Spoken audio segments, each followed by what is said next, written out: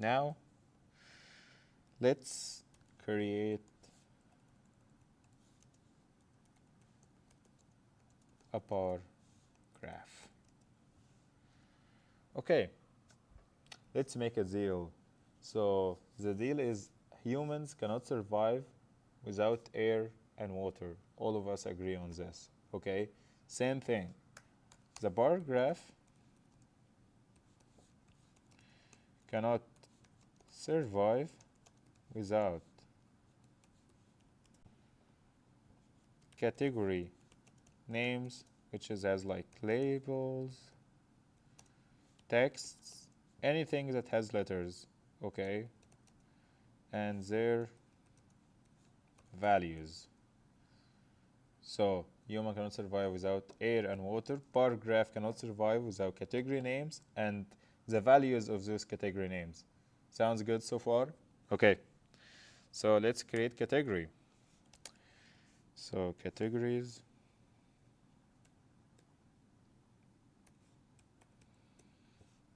equal curly brackets. Curly brackets. This is not actual brackets. This is the curly brackets. I just shift and I will press the brackets. Will give me curly brackets.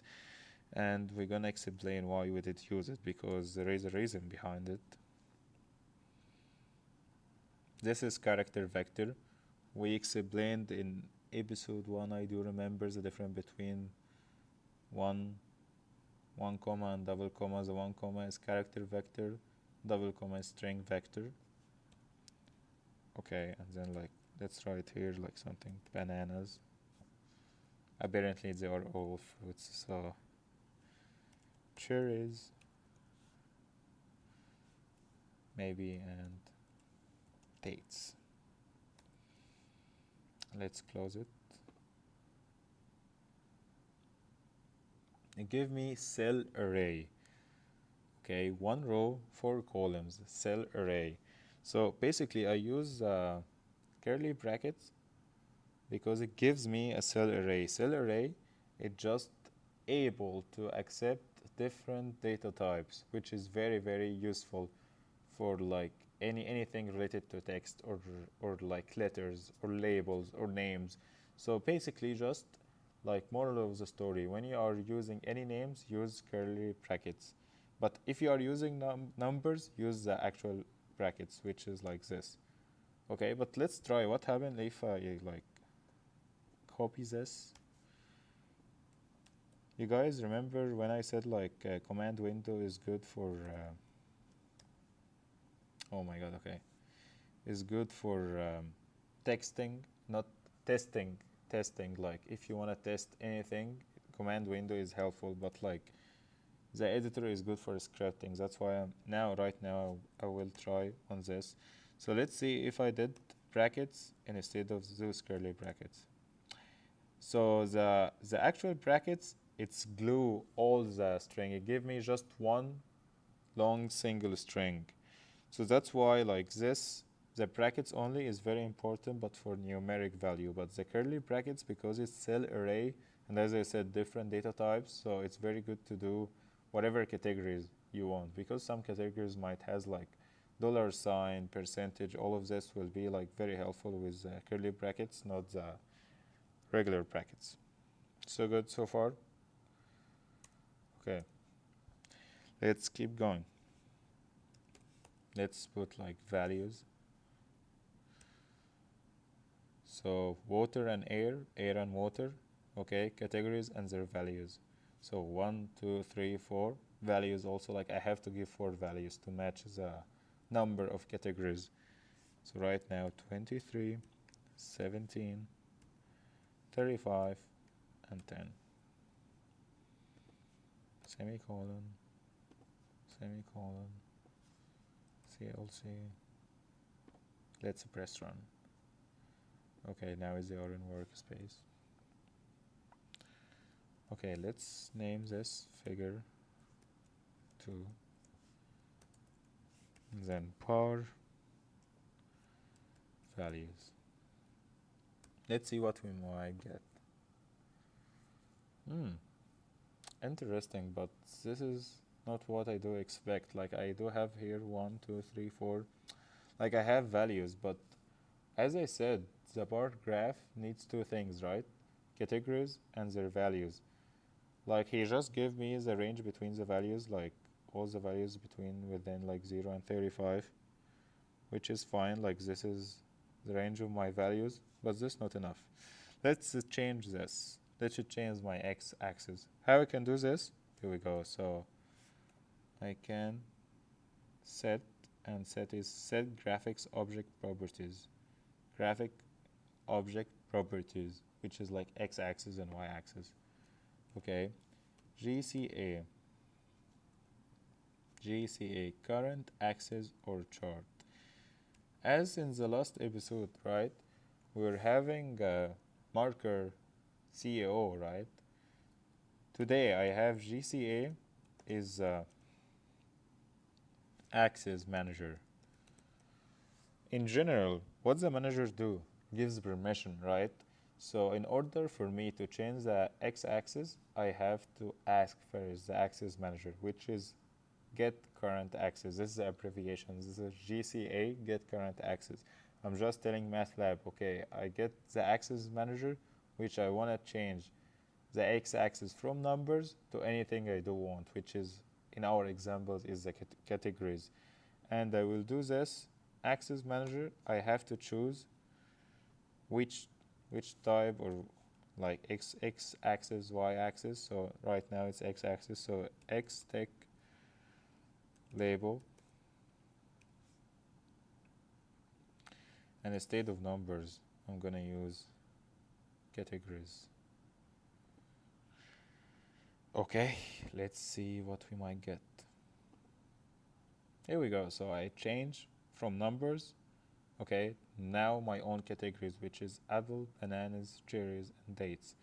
And I did this by the axis manager, get current axis, using XTickLabel. XTickLabel is basically like I'm telling MATLAB, or you're gonna set custom labels for the x-axis, any custom labels, any labels. Okay, for the x-axis, it's like just replacing the default numeric labels to your own custom, which is, as I said, categories. Okay, so I did this, get current axis, XTickLabel, and this is how we can just basically like you change it. And you can, of course, like this example is fruits, you can go from there. And as I said, you guys are already like very confident with this, but like, yeah, let's make it more sweeter. So X label, let's make it like fruit type, font size 15, Y label,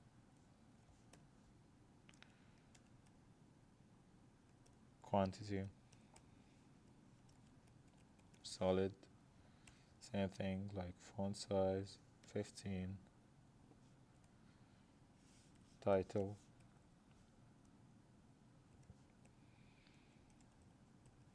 fruit, sales, data, maybe font size also 15, semicolon, semicolon, way better, right? Okay, so as I said, as the histogram has its own properties, same thing as a bar graph. Bar graph, one of the most important thing in the bar graph is the error. How we can see your error in your data, or how we can measure it. So as a bar graph is very unique, as we can see here. I can also like represent how far my error is, or like if I do have error in my graph. So overall, because this is just an example, so I don't have a real data with real errors, but I just want to mention that errors comes from two sources.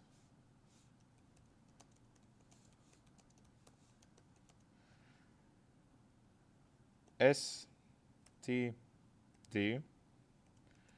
and the standard error. What each one means. So STD is standard deviation.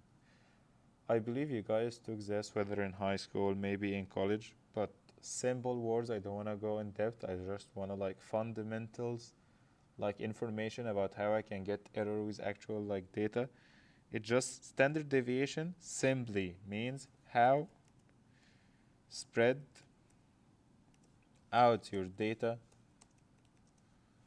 from the average mean. So basically your data is above average, below average, or like if it was above average, okay, how far it is above average, because this is very important. Like if you like want to compare, like let's say example, like you're a student and you are comparing a grades, so there is a class average and you want to measure yourself whether you are above average or below average. Standard deviation is good for doing this. This is not an error, but basically like this is how like standard deviation might like see if there is an error or not. So I said like just grades, but like if you are working on a project or like mechanical equipment and like you're saying like the temperature, it should be like 10 Celsius or 10 Fahrenheit or 50 Fahrenheit or whatever the conversion.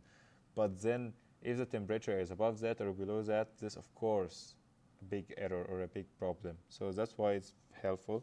But this usually how we can find error. Standard error calculation wise is just a standard deviation over square root n.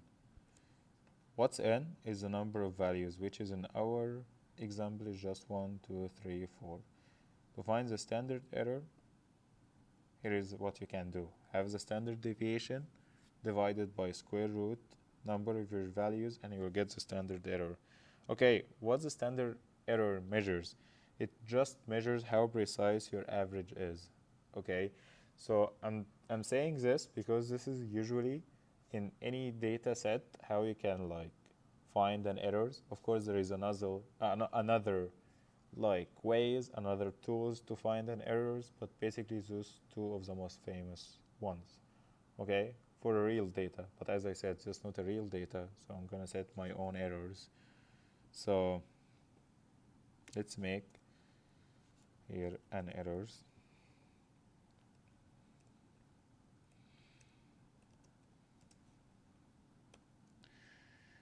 2, 3, 4, 1.5. So 1, 2, 3, 4. Okay, because I have 4 categories, I have 4 values, so basically I'm gonna have 4 errors. Matching the sizes goes long way. 1 multiplied by 4, 1 multiplied by 4. If I run this right now, I'm gonna have 1 multiplied by 4 as well. Good to go, because it might get a lot of error functions if we have a lot of data. So I just want to mention this.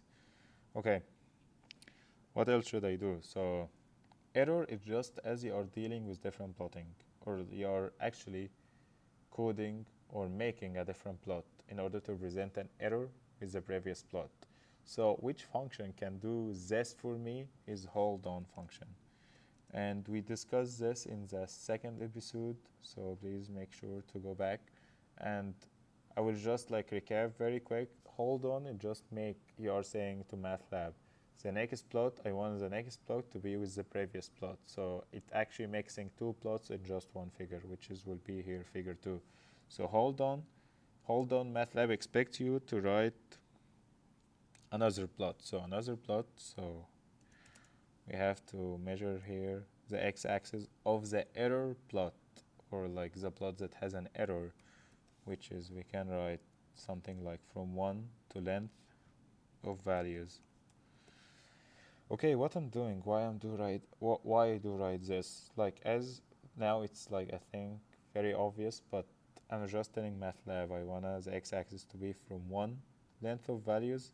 Length of value, we took this in the first episodes, means just the number of elements of values, which is 1, 2, 3, 4 here. Like if I write length and I did write values, I'm gonna have 4 because they are 1, 2, 3, 4. So the x-axis will be ranges 1, 2, 3, 4. Okay. So that's why this is the range of my x-axis. And then error bar.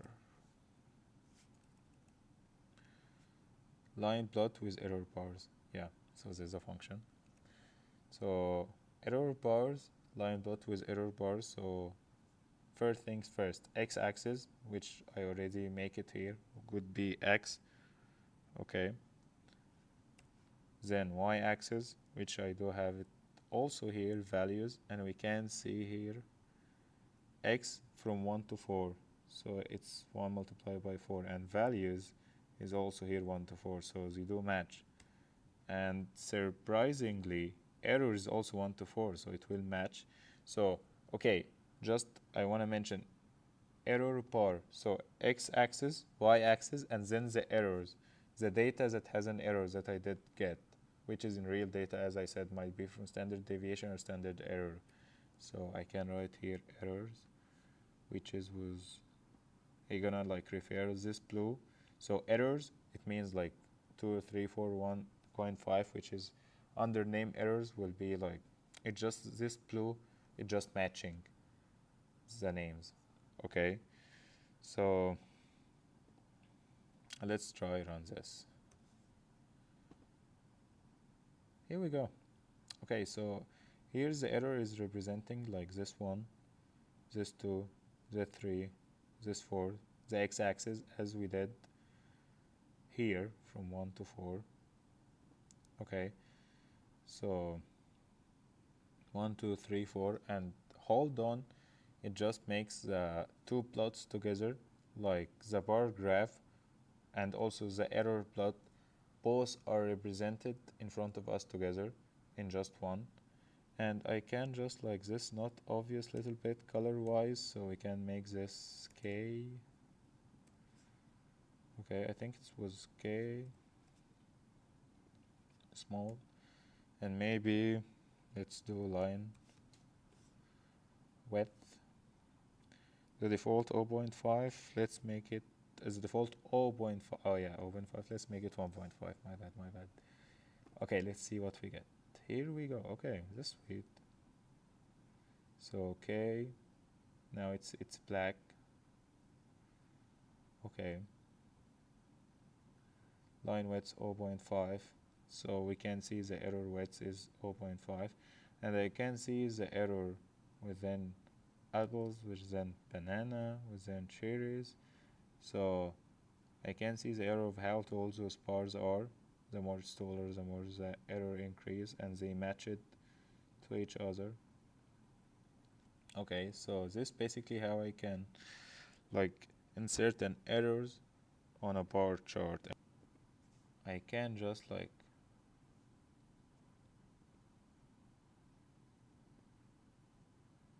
error style, and this, as I said, this why MATLAB is very helpful in this sequence, because instead of error he expect to be string, and I can just like it choose from bar color instead of doing this,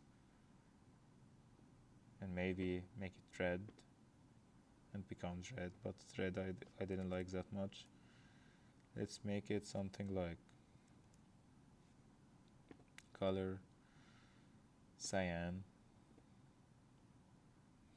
So as I said, every function has its own rules, and this is the same thing.